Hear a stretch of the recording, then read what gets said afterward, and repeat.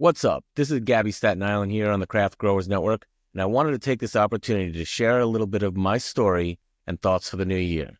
This is something until now only friends of mine knew about. In 2017, Sonoma County was ravaged by a terrible fire. At the time, my daughter Lily was 3 weeks old. My fiancée Leah had postpartum preeclampsia, which is quite dangerous. The police pounded on our door at 2 a.m., telling us we needed to leave. We left with nothing but a diaper bag. We left cash, pounds of flour, my entire collection of seeds I had made and saved, and all of our belongings. I left with slippers, no shoes. I even left my wallet. We thought we were leaving as a precaution, but we didn't believe our house would burn down and we would lose everything, which we did. We got a hotel with help from someone in line at a hotel because we had no cash or a wallet. That morning, we awoke to the reality that we had lost everything. I'll never forget that day. Ben from IC Collective sent someone over to our hotel with a giant bag of weed, rosin, a dab rig, and a torch. Our landlord put us up in his home and he moved out into his mother's so we could have a place to live, and all of our friends and family showed love and support. They brought us food, and so much clothes was donated to us since we literally left with the clothes on our back. It was one of the worst things that ever happened to me. But in this terrible time, I saw how much we were really loved by our friends and family. And it continued to give us strength to continue on. 2 years later, tragedy hit us again. My grow shop burned to the ground because of a faulty plug that had nothing plugged into it besides a Wi-Fi router. Fires got us again. Then COVID hit. The accumulation of all these events spun me into a deep depression. It was a very dark time for me. I remember sleeping in my dusty, dirty van one night because Leah and I were fighting. It was really cold, I had no blankets, and I was truly wishing I was dead. But I knew I couldn't leave my family like this. I pushed on, started working at commercial farms as cultivation director, and it was the first time I had a job in a while. But I was just lucky to have an income so I could support my family. I was still suffering from depression and did not know how to relieve it. I think it was 2021 that Leah and I went to a concert at the Mystic Theater in Petaluma. That concert saved my life from a life of depression. The artist was Marc Gallo. His music was beautiful and his message was so powerful. There was this one song titled, "Be Thankful," and I'd like to read to you a little bit of the lyrics right now. Be thankful for whatever you got, 'cause you better be sure that you're not ungrateful, 'cause this life is a gift. And the more you receive should be the more that you give. So many contemplating whether their cup is half empty or their cup is half full. It's just a bunch of bullshit. Be thankful. Be thankful. Hey, my brother, why you wearing that frown? Has the system been cheating you, beating you, and holding you down? You've lost sight of everything that you stood for, and now you're caught up in the glamour and they've got you wanting more. More of their illusionist, hypnotist, politricks. It got you on a puppet string dangling. It makes me sick. Just to see how long it's been. We've been held captive as prisoners in our very own skin. But listen up, my brethren, because my friend, just when you think that things couldn't get no worse, remember that the last shall be the first.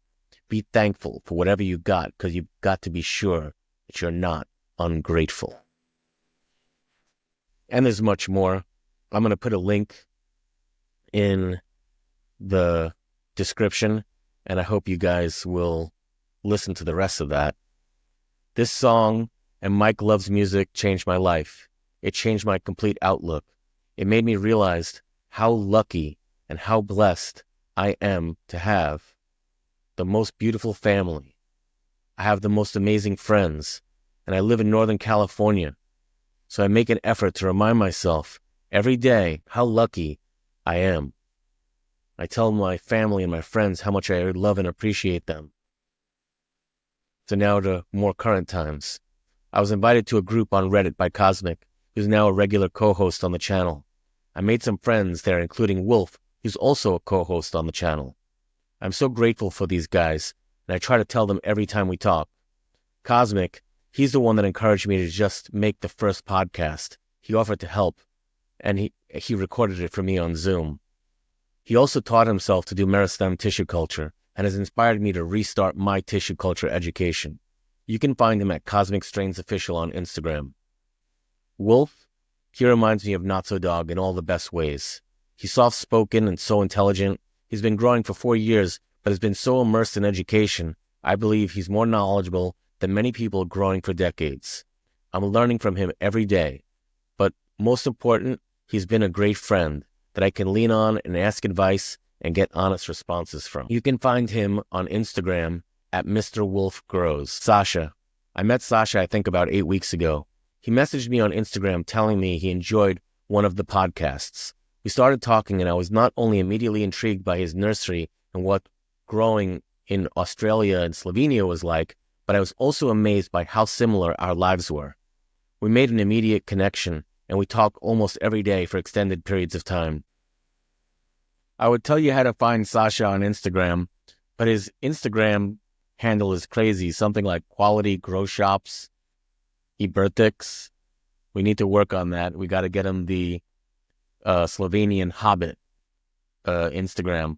But for now, I'll just tell you I'll put his Instagram contact in the description.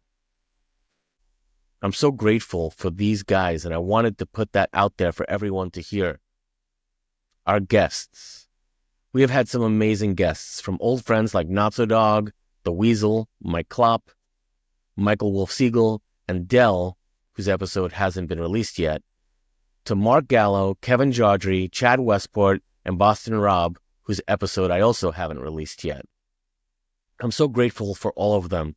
They have not only helped our show take off on a trajectory I'm struggling to believe, but they've taught me things, and I believe I will have long-lasting friendships with them. I can only assume you can tell how much my friendships mean to me. Finally, our viewers. When I made this podcast, I told people I didn't care if anyone enjoyed the podcast. I told them I was doing it for myself. But I never thought about how much I'd appreciate it if it was enjoyed by viewers. Finally, our viewers. When I made this podcast, I told people I didn't care if anyone enjoyed this podcast. I told them I was doing it for myself. But I never thought about how much I'd appreciate it if it was enjoyed by viewers. If you told me 2 months ago when we started this that all of our videos would get thousands of views right out of the gate and there would be no hate in the comments and nothing but positivity and love, I wouldn't believe you. I'm grateful for you all. The positive responses encourage me to continue to build this network into the best we can. I know I've gone on for a long time, but hey, my name is Gaby.